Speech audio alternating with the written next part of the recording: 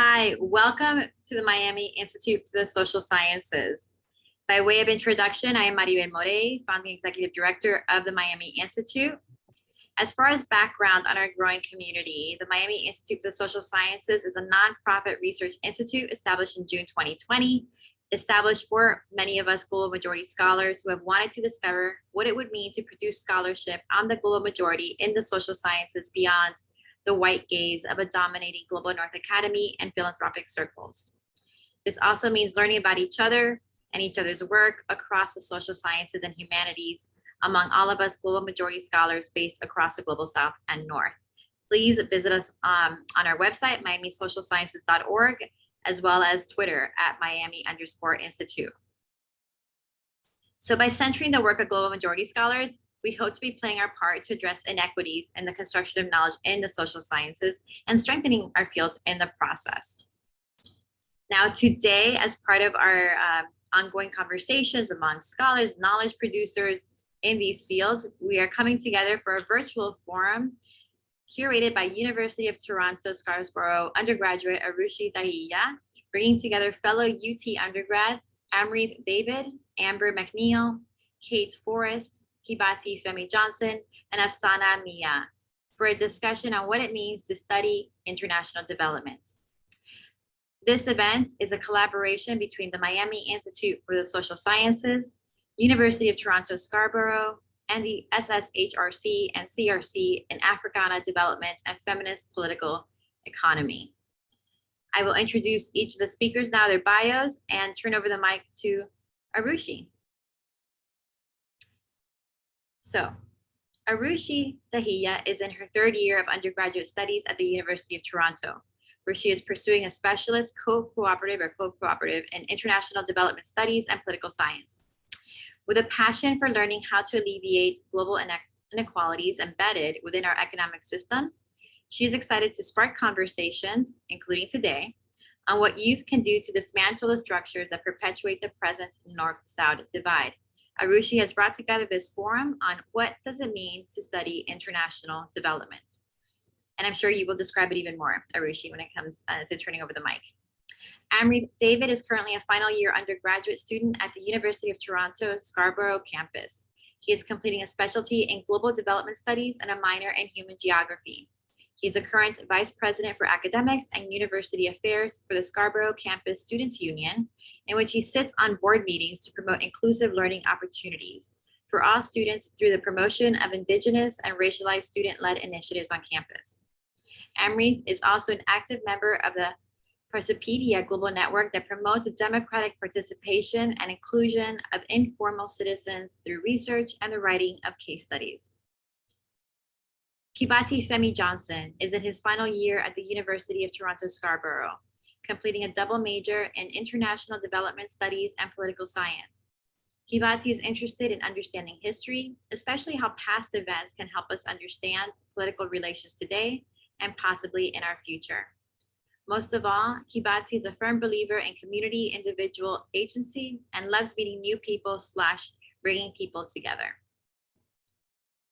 Forrest, she/her, is a third-year co-op international development and human geography student at the University of Toronto Scarborough. When she is not in school, Kate works in environmental services for the city of Peterborough and loves to participate in community arts events. Kate is excited to discuss what she knows about the social economy and to enhance her knowledge through this forum. McNeil is a third-year international development studies student at the University of Toronto. She's a curious person who seeks to understand more about social, political, and environmental issues. Within international development, she is specifically interested in sustainability, food security, and access to education. And lastly, Afshana Miah is a final year student at the University of Toronto doing a major in global development studies and psychology, interested in studying the ways in which poverty impacts the health of marginalized populations and mechanisms for poverty reduction to improve health and well-being. I turn it over to Arushi. Thank you so much for the wonderful introductions, Maribel, and thank you once again for facilitating this conversation.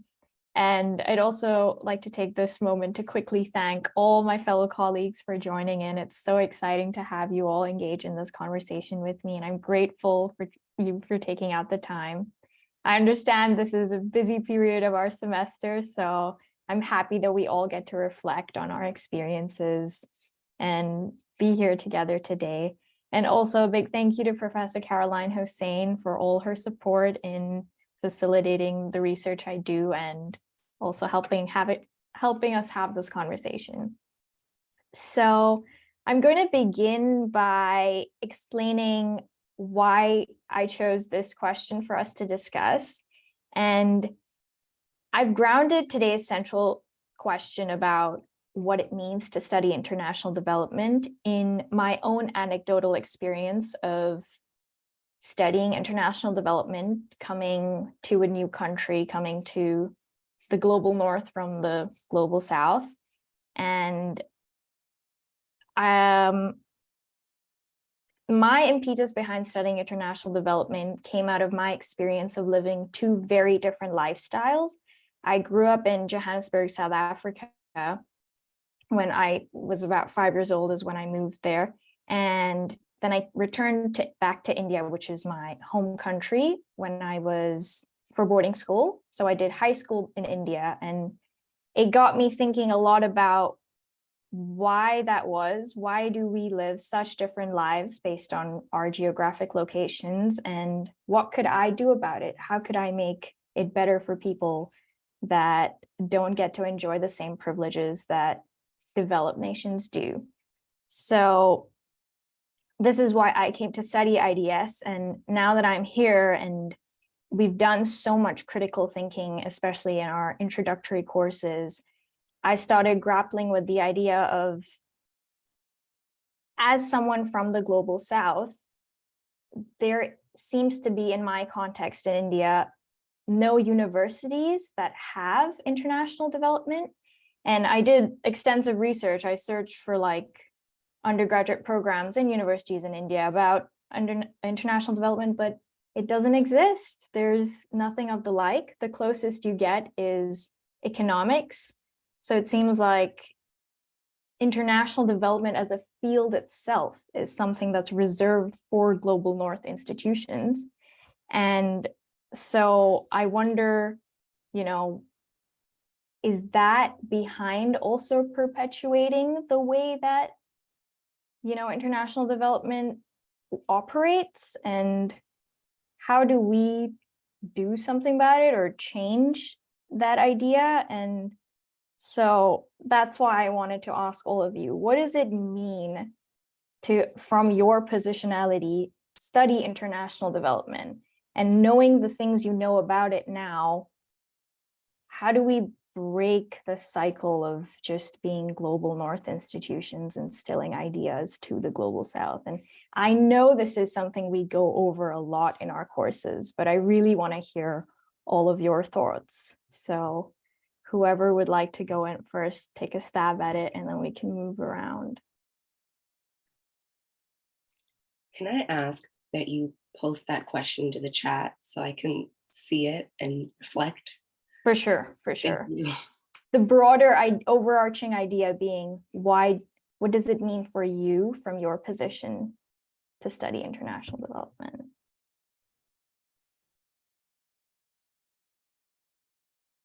Can I jump in? So Arushi, you were there the other day when we were talking with the Alberry lecturer and a few of our professors. And obviously your positionality and my positionality very different, but I think we do converge on a few of our concerns about studying international development from previous conversations that we've had. I grew up in Canada, just a few hours outside of Toronto. And I think as a white person, there's a lot of fear that my role in international development can only be colonial or can only cast inappropriate ideas on the rest of the world or misinterpret the rest of the world. And so I think, as you and I have discussed before, I think being someone who's interested in international development and someone who thinks about this a lot and likes and wants to pursue it, or it's a continuous challenging of how you think about things and of your positionality and of what you bring to the table, and challenging your own understandings and challenging those around you, to make sure you're being as anti-racist and as progressive and uplifting of other communities as possible, and understanding that the roots of international development really, I mean, if you look at development, you can say that the people who thought they were developing the world, I mean, at one time that was just colonialism. And I think that part of loving international development is recognizing your group's role in it, and mine being that I am a settler on Indigenous land, and understanding that that is something I carry, and being anti-racist is a way of being as well, and knowing that will be something I'll have to work for the rest of my career. And I think I like that there's a constant challenge, and it's kind of a labor of love. It's not it's not definitions. You can't just like, well, I understand what the UN is and now we're done. Like, I think it's lovely to have something that challenges how you think all the time and challenges your preconceived notions.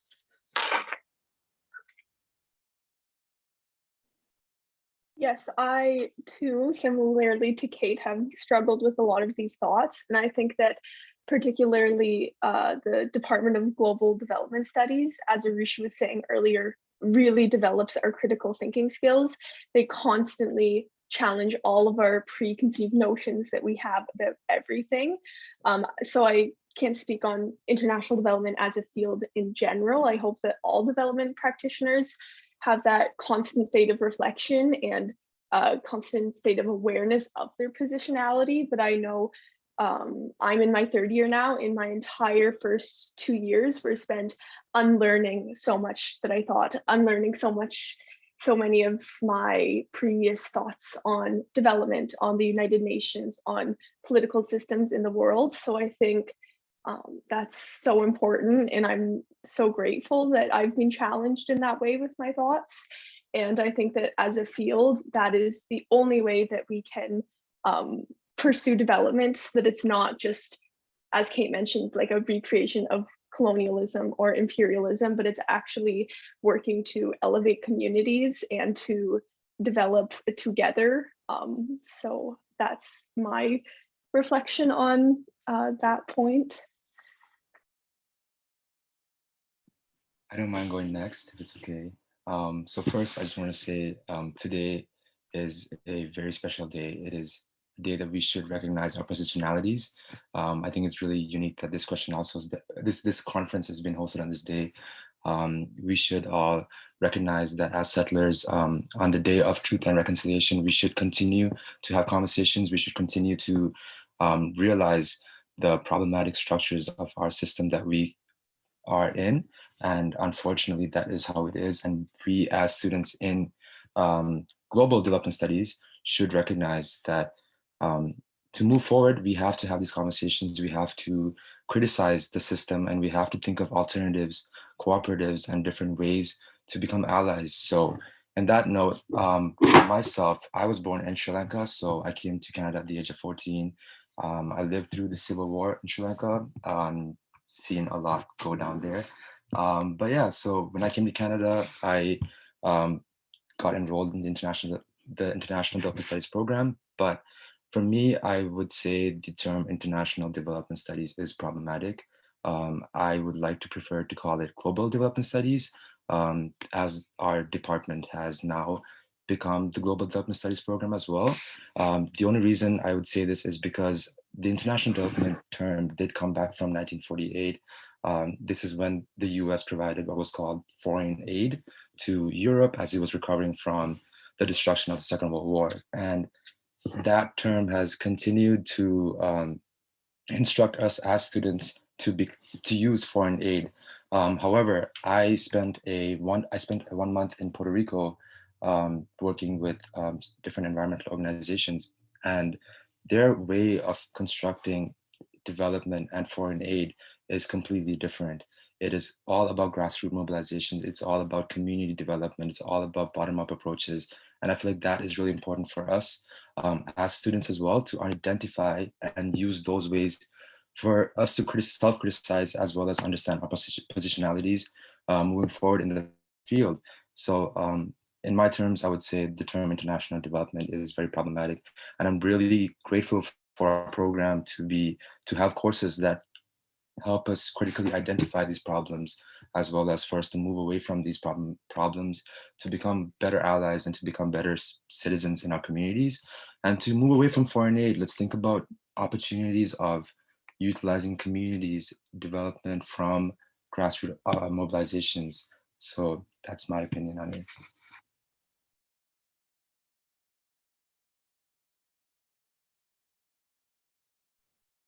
Yes, Afshana, go ahead. Mine is a little bit, my reason for why I chose to study international development and what it means to me is a little bit more personal. So I'm a first generation immigrant, and growing up, my family struggled a lot financially, but when we went back to Bangladesh to visit family there, they were under the assumption that we were doing so much better in Canada. And although it is true that my quality of life is better here and I do have a lot more opportunities, when I was growing up, when I was younger, I would always wonder why we even immigrated in the first place and what the point was, because I did feel like an outsider and life didn't feel that much better to me. I mean, we were struggling financially in Canada, so what was the point? And so for me, studying international development, or global development, as I should say, allowed me to critically understand what drove my family to become settlers in Canada, the historical factors, the political factors, the economic factors of what they were facing in Bangladesh and what caused them to come here. Studying global development really shifted my perspective on my own identity and my own belonging here. And that's why I study and that's why I enjoy it. And yeah.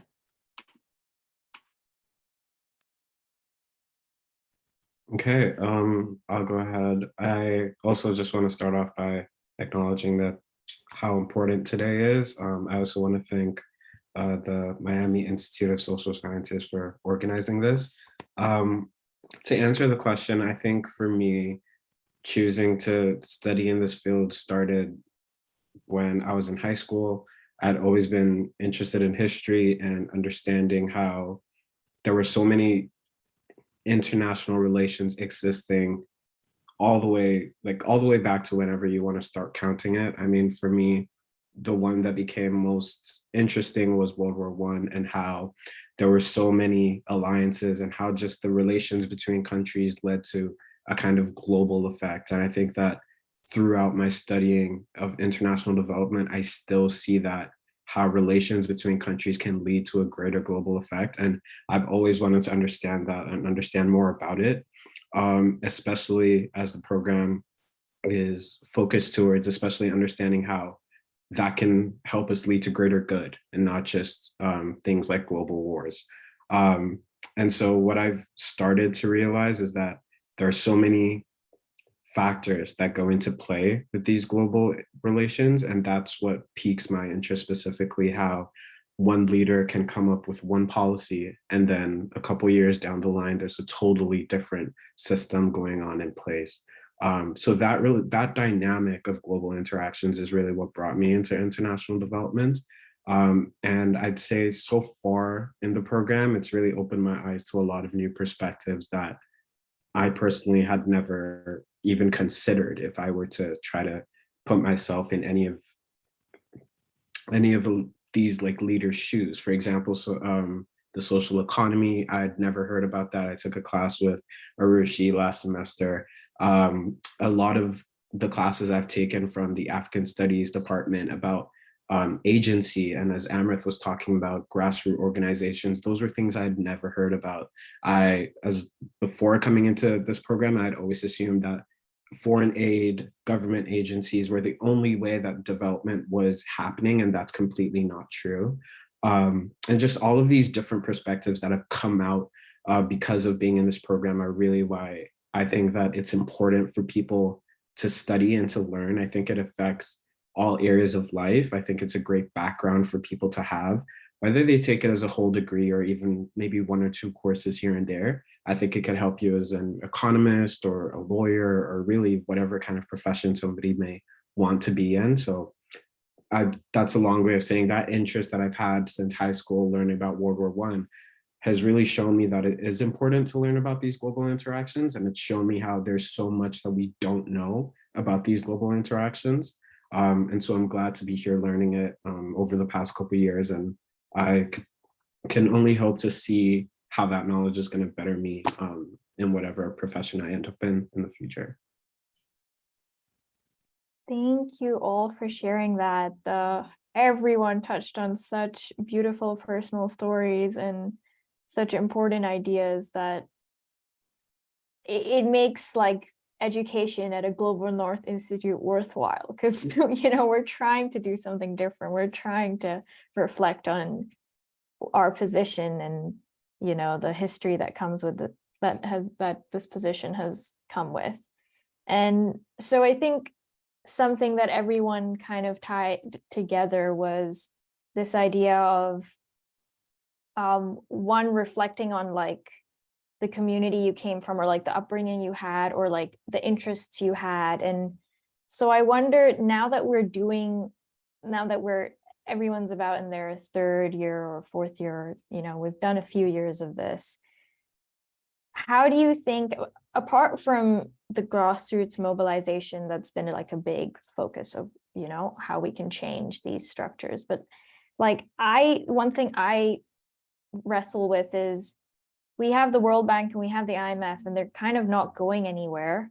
So what do we do? Like, how do we challenge these structures? Because it's the structures that I feel like are responsible for perpetuating ideas that, and like with the Miami Institute, what I love about it is it's the focus of bringing voice to the global majority, which is the majority of everyone in the world. And it's about not leaving academics and things that are important or not knowledgeable or worthwhile to just white institutions. And so how do we break these structures that perpetuate that? And like, what are your thoughts or your ideas on these things I'm talking about?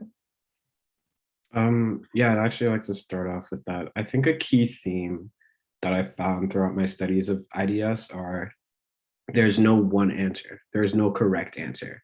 I've seen studies about the IMF and the World Bank succeeding, and I've seen studies about them failing woefully. Structural adjustment programs were my first introduction to them, like concretely. And there's a lot of examples of how it did not do very well, but there's examples of how it also created, I'd say, ripple effects in other countries. For example, I think in Ghana, there was a ripple effect of how it created a different kind of economy for people who started to work for themselves because the structural adjustment programs weren't as successful. That's just one example to show that even though all of these large structures are existing and are in their own ways complex and difficult, we can also begin to acknowledge that there can't just be one solution to development for any country or for any issue. And so I think rather than trying to dismember those structures or trying to dismantle them or even begin to change them, I think what there needs to be is more of a multiplicity. We need to start bringing up other kinds of solutions apart from these global structures, apart from these global superpowers.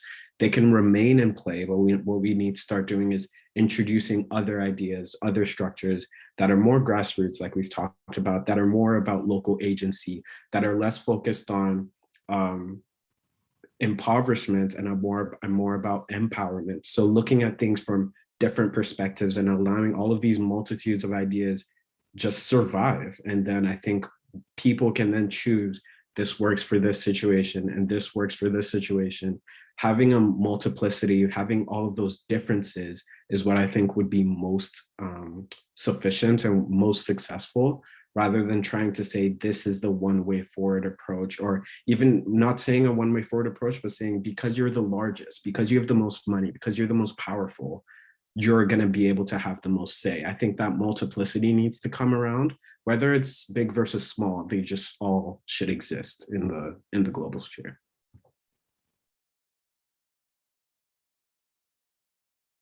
Yes, 100%. Big ideas and powerful ideas. Does anyone want to chime into that or add anything?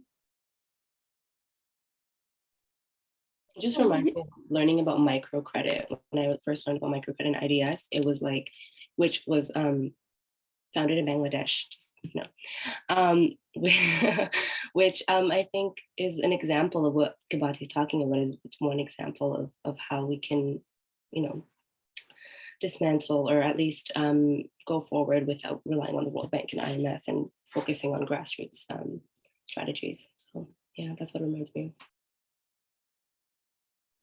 To add on to what Afshana and Kibati have said, mostly right now to add what Afshana has said, Chittagong University in Bangladesh, and I believe Muhammad Yunus is still associated with Chittagong University, who started microcredit. I'm obsessed with the concept, but I think that the opposite of ignorance in these like bigger organizations is education, because I think I do struggle with, were these organizations created out of colonialism?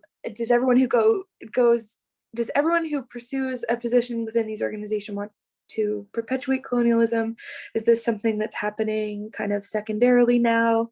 What and of course it's a little bit of everything. And I just think I used to work with under politicians when I was a teenager, and I found a lot of the time that even if I didn't agree with them, I didn't feel that they were making decisions to try and be bad people or to harm others, but that didn't mean they weren't harming others. And I think, you know, having a strong group of international development students become the workforce of places like the World Bank and the United Nations, I think, I don't know what the solution is long term for being anti-racist within UN. I really can't weigh in on that one, but I think that the correct direction would be to educate people on international development, on anti-racism, on political science, on public policy, on public health, all those things, and have those people be the people who are caring for others through larger organizations. I appreciate what Kate said, because it's a reminder of how important it is to be critical, because intention versus impact, versus somebody might intend to get into the international development or global development field, but their impact might be problematic or harmful. And so educating and also reminding us to be critical in our education will then, I guess, mitigate from harmful impact. So thank you for that, Kate. Yes, I also really recognize, of course, the importance of education, as I'm sure everyone in this room agrees, because like these big picture ideas, like the solutions that Kibati was talking about like multiplicity solutions and microcredit and all of these kind of huge overarching big ideas, like they can feel kind of far away, and they can still kind of leave you feeling, well, what can I do? Like I'm just a student. I don't have a lot of power. I'm sure all of us learning about international development has felt that. We learned about a lot of really heavy topics, about a lot of stuff that you really have to sit with and reflect on. So I think in terms of what we can do personally, I think we are all doing exactly that. We are all educating ourselves. We are all critically thinking about these things, so that will lead to these big picture ideas that don't recreate some of the problems we've had in the past. So yes. Yeah, this is a hard conversation to have, because as students, we have a picture of what we want to do, but there's these larger institutions that cover this whole idea around global development studies, right? So what I would honestly say is exactly what everyone has been talking about, you know, bringing your intersectionalities in it, bringing the multidisciplinarity as well, and also recognizing that although these institutions play a big role, we also have to give credit to the people who are not recognized, who also still perform democratically, who also still perform throughout different ways of oppression. People are still around the world doing different things to promote their communities, and that's the idea of grassroots mobilization. But it also comes through with collective action. It comes through with, you know, people coming together just to build upon ideas, to make into policies, to make into real life things that could benefit them. Like, for example, the UFT is an institution that is built upon colonialism, and it's still something that envisions colonial ideologies throughout its academia, throughout its curriculum, but the students, for example, students are able to mobilize together. Students are able to, combat that. We don't have a hard solution to it, but as long as there are people who critically understand, as long as there are people who are willing to, put themselves in those positions of having social responsibility, there is an impact. And there is going to be an impact, especially after COVID. We've seen different things change around the world. And I think it was a good reminder for us to also, as students in global development studies, to recognize, utilize the pandemic as a way for us to move forward, as a way for us to, utilize people who are still doing things around the world and give them some credit instead of giving these institutions credit, because they don't deserve the credit. People who are informal citizens participating, they deserve credit. Yes, absolutely, absolutely. Giving the people that deserve the credit they deserve. Yes, thank you. Thank you for all of these ideas.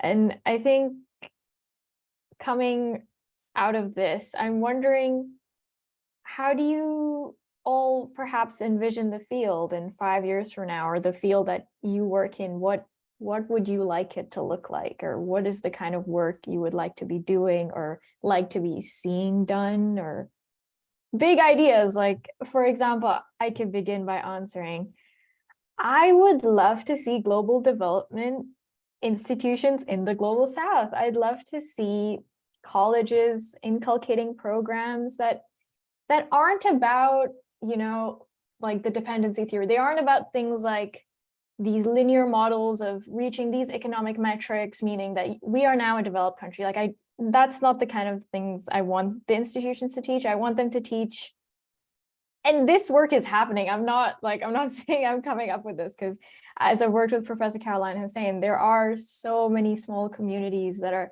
work in social cooperatives, that work in alternatives, and I want to see that work amplified. I want these institutions in the global south to show the world and show communities that we know how to exist outside of the IMF or World Bank giving us loans and helping us build our infrastructure. We know how to lead sustainable lives.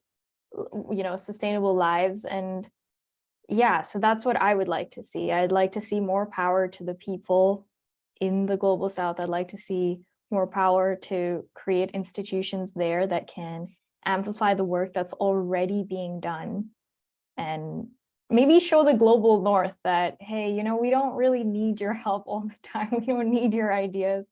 We could do with maybe you recognizing our ideas, but that's also not necessary. But yeah, that's my idea. So how would you all, what do you envision the field to be? What's the work you want to do? What are your thoughts? I don't mind going next. So first, I would say, honestly, in 5 years from now, I'm hoping and praying that a lot of this terminology that we use as well, we've been taught it as well, such as global north, global south, the east, west, the bottom, the rich, blah, blah, blah. All the stuff, that terminology needs to be erased. That's the first thing that we as students have to do moving forward in this program as well. It's definitely hard. I still use it as well. But just moving forward, I just believe that once we start just talking about it in a different sense, having the different conversations, as you mentioned, Arushi, as well, having these institutions, having these, letting the people who are not recognized, letting them have a voice, letting them decide on what they need to do, because we don't know what they want to do. It should be up to them to decide on what they want to do. We just have to provide them with assistance, and then also just promoting researcher and practitioner engagement. I feel like that's really important as well moving forward, to see the work to be done, because as people in academics, all we do is the research, and we do want to go perform the practices, but people out there, we have to provide them with the education, with the tools necessary, right? So that's all that we could do. It's 5 years is not enough time, obviously, and as students, we're gonna be in school doing our master's, law school, whatever the plan is.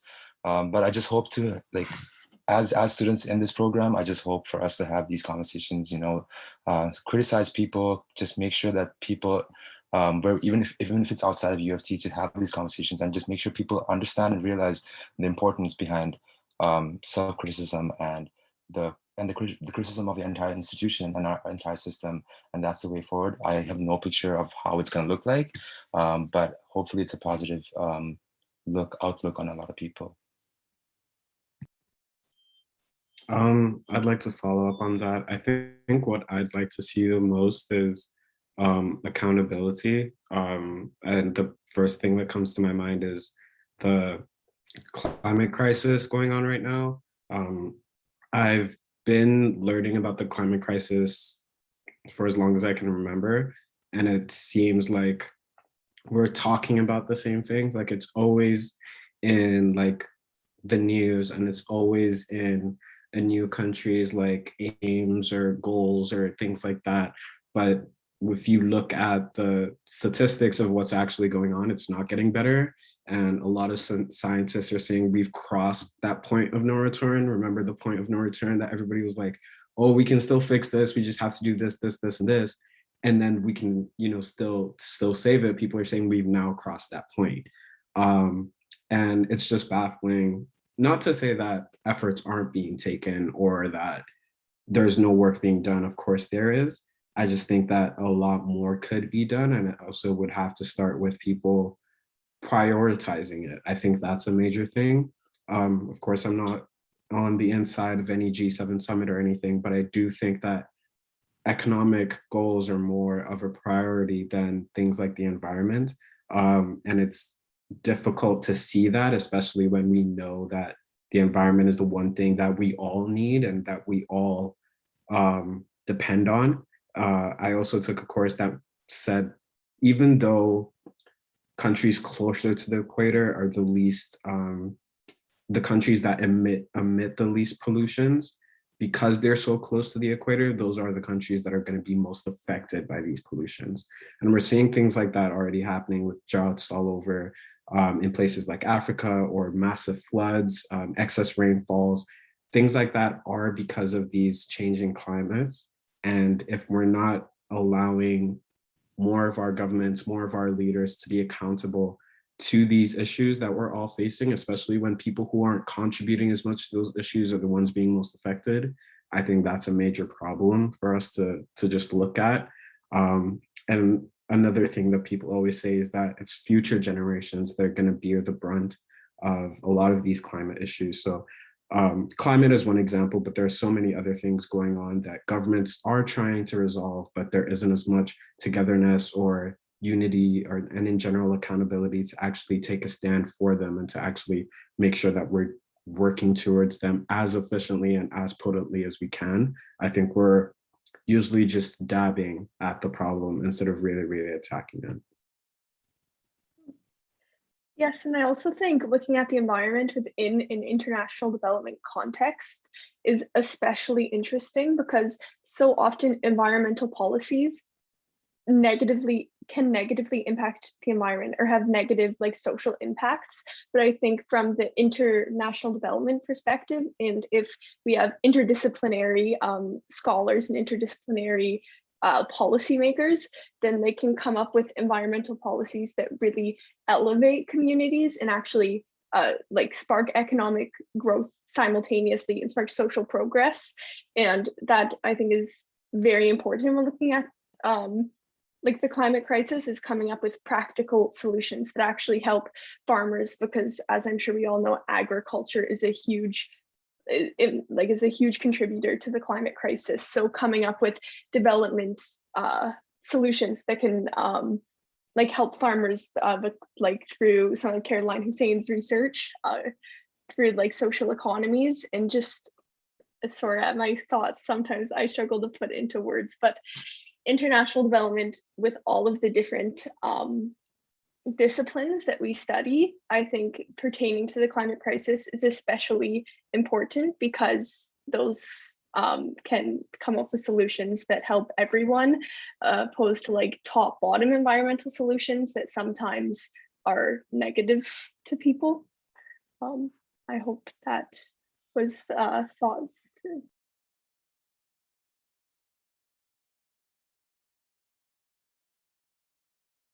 Thank you, Amber. Do the rest of you, would you like to share your thoughts on what you see, like maybe on what Kibati just said, or how you envision the discipline or anything? I would like to share a thought. I guess moving forward, well, there's so many things that I'd love to see in our field change, but for me specifically, I think of less brain drain from global South countries, which especially impacts their health systems, and then therefore negatively impacts their health outcomes, which was pretty important past few years during the pandemic. Personally, I want to pursue a graduate degree and ideally work in a field where I can improve the health conditions of marginalized folks, ideally in Bangladesh and ideally working with women.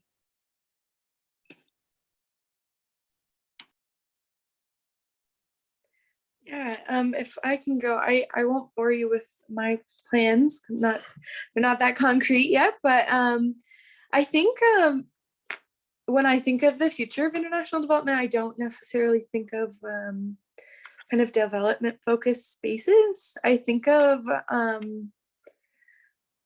international development or global development as viewed by the rest of society. I think I have a lot of faith and trust that people like those of us in this room will carry global development into a really progressive and awesome future, and that it will continue in a really great way.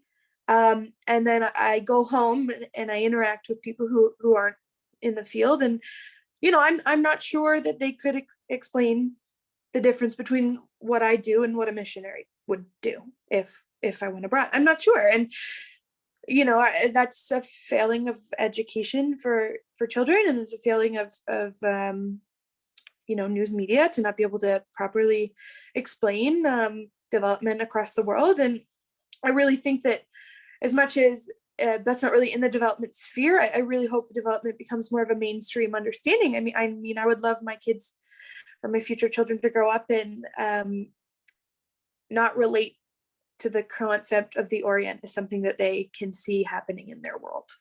I would really love to feel that cultures and different people and the way that the world is moving forward is something that's not being represented by people who aren't experiencing it and aren't involved in their own development, and that development is a concept shared by more groups, not just people who work in it and people who are being worked with directly. I would like it to be more mainstream. So as much as that's not really, I guess, directly related to academia, I do hope that it kind of moves beyond being this cluster of academic paper. Academic papers are hard to read. They're not always that engaging. They have incredible content, but they are not that accessible. You don't really sit in bed and read very many scholars. And I would like, the news to be held accountable to how they refer to certain genocides or different uprisings with different groups, or how people are being disadvantaged in colonialism. I mean, that's the news, but it never seems to be represented in an appropriate manner to move the development conversation more mainstream. Thank you so much. If anything, like, all of your thoughts have left me hopeful, and that's tricky when you're studying international development to feel hopeful. So thank you all for sharing that. It's been incredible. And I'd love to open it up for anyone to either give any remaining remarks they'd like to, or for anybody that's joined us to ask questions or share your own thoughts on anything that we've discussed so far. So if anybody would like to have a go at anything before I wrap up, or concluding remarks. I just wanted to quickly hop on if I can, and I just wanted to say thank you guys all for sharing your thoughts. I honestly found this extremely insightful, and even as a student, I find sometimes I have trouble seeing things from other people's perspectives. So just hearing those thoughts and having discussions like these, I think, is exactly what we need for the future, and what we need to improve our global development in the future, and have it be going towards a direction that is much more beneficial for everyone and also influential. So yeah, thank you so much for all sharing your thoughts. That's pretty much all I wanted to say. Thank you. Thank you so much. Go ahead, Lean. Hi, everyone. So as Nashma said, I just wanted to hop in and thank you all for these very insightful comments. I mean, all along this talk of like, I'm having goosebumps because it's just very relatable. Coming from a third world country, coming from the Middle East, hearing you like folks like share about your own stories, share why you are in the field. It's just really nice to see that like we're all in this together, because it's really hard to like have this hope in like the development field. I personally find it really hard seeing like I'm from Lebanon and seeing the hardships that like we're going through right now. I ask myself like, when is this gonna end? And just like hearing you folks is just it's just nice. And yeah, not gonna get emotional, so I'll stop here. Thank you so much for sharing that, Lean. Would any of my fellow roundtable people like to say anything? Yes, I would. I was actually thinking about this, like when I think about all the things that we've learned and all the issues that we come across and how critical we have to be, it can be really hard not to want to bury your head in the sand and just kind of like become overwhelmed with the amount of difficulty and the hardships and the things that seem out of our control. And it just seems hard to feel empowered. But I think celebrating the small wins is where we can start, like celebrating small wins, celebrating, I don't know, something as small as like a policy being changed or, supporting activists. That can help just to feel a little bit more empowered. At least for me, it does. But I definitely understand feeling disempowered and feeling like there's nothing we can do to change anything about what we're learning. So, I sympathize.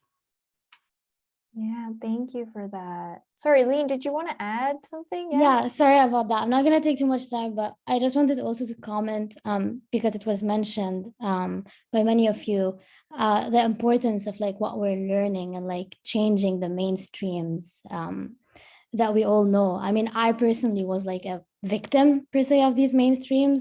And I was literally talking about it yesterday with Professor Kingston, how like even coming from like a third world country and like knowing that like there's a lot of like conventional wisdom that are like really like bad and harmful to us, I still believe that like economic growth and like development and the UN is going to come and save us, up until I like entered the IDS and like the GDS department. So I just wanted to like emphasize that like what you folks said about like the importance of learning and really like taking with us like all these notions that we're learning in our courses and actually applying them like on the like in the field in the future, hopefully.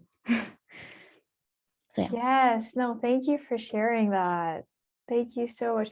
Maribel, I just wanted to ask you if you wanted to add anything just before we say goodbye, or are we okay?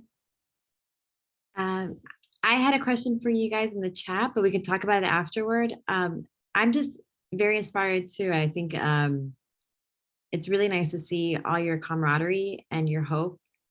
And one thing, I'll just bring it up, the question I have, and we can leave it, you can reflect on it, is thinking about W.B. Du Bois's double consciousness. And I think I missed your name. Hold on a second, I can find you in the chat. Where are you? Lean, right? You were suggesting it, which is how we have double consciousness, right? Reading and learning. So we can almost internalize a lot of ideas that, to use Lean's words, are more, can hurt us as far as our identities from different parts of the world. So I was curious, and no need to answer now, but as we remain in dialogue, and hopefully you guys continue being part of the Miami Institute community as we ask these questions, how have you felt perhaps looking at international development through these different lenses, through these double, triple lenses, as a global North student, but also as someone from a different part of the world than the global North? And have you tried to bring them into dialogue with each other?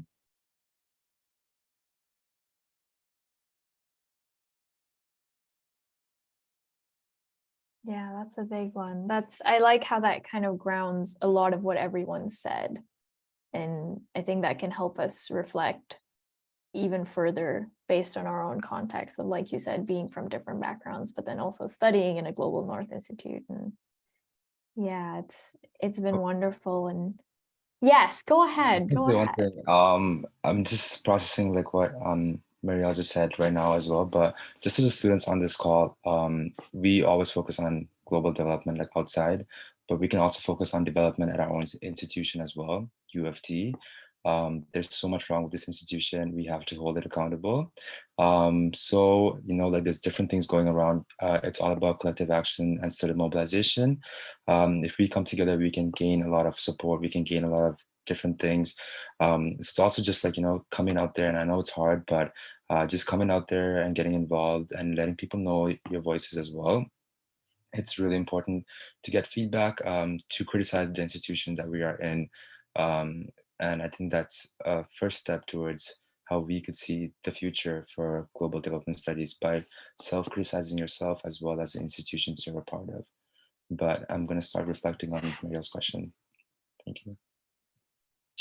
For me, I just think about privilege, and like the double consciousness definitely exists. And so for me, that's like, I just think about how incredibly privileged I am. I am racialized, and I am from a diaspora, but I'm in a Western country. I'm in a very, very privileged institution learning. And I just think about my privilege and how I can probably impact harm on people if I don't reflect on my privilege and don't reflect on the ways that I benefit based on the position that I'm in. So that's what I think about.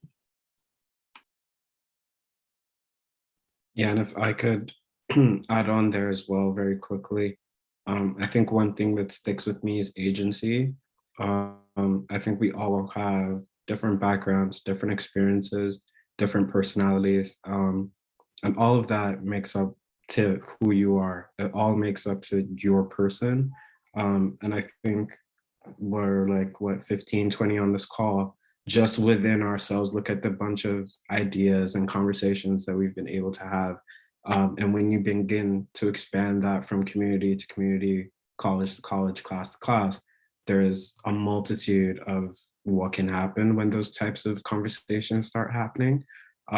So as I wrote in my introduction, I do think agency is so powerful and so important, especially because how different we all are because of our backgrounds and experiences. So if I could leave a final thought for everyone, it would also be to use your own agency wherever you find yourself, either as an academic or if people end up being lawyers or whatever it is you become in the future. I just would want to remind everyone to use their agency. I think it's really important. Yeah, on that beautiful note, Kibati, thank you all for joining us today and for being a part of this very pertinent and important conversation. And I'm so happy to learn of the things that you all are thinking about, and it truly does make me so hopeful. I think we can change the world. It's in our hands, and I think we will change the world, and I'm very proud of everyone. And thank you for doing the work you do. Keep doing the work you do, and yeah, keep challenging everything and criticizing everything and being reflexive. Yeah, thank you all. Have a good rest of your Friday and the weekend and everything else. And I'll see you all around. Thank you, Arushi, and thank you, Maribel. Thank you.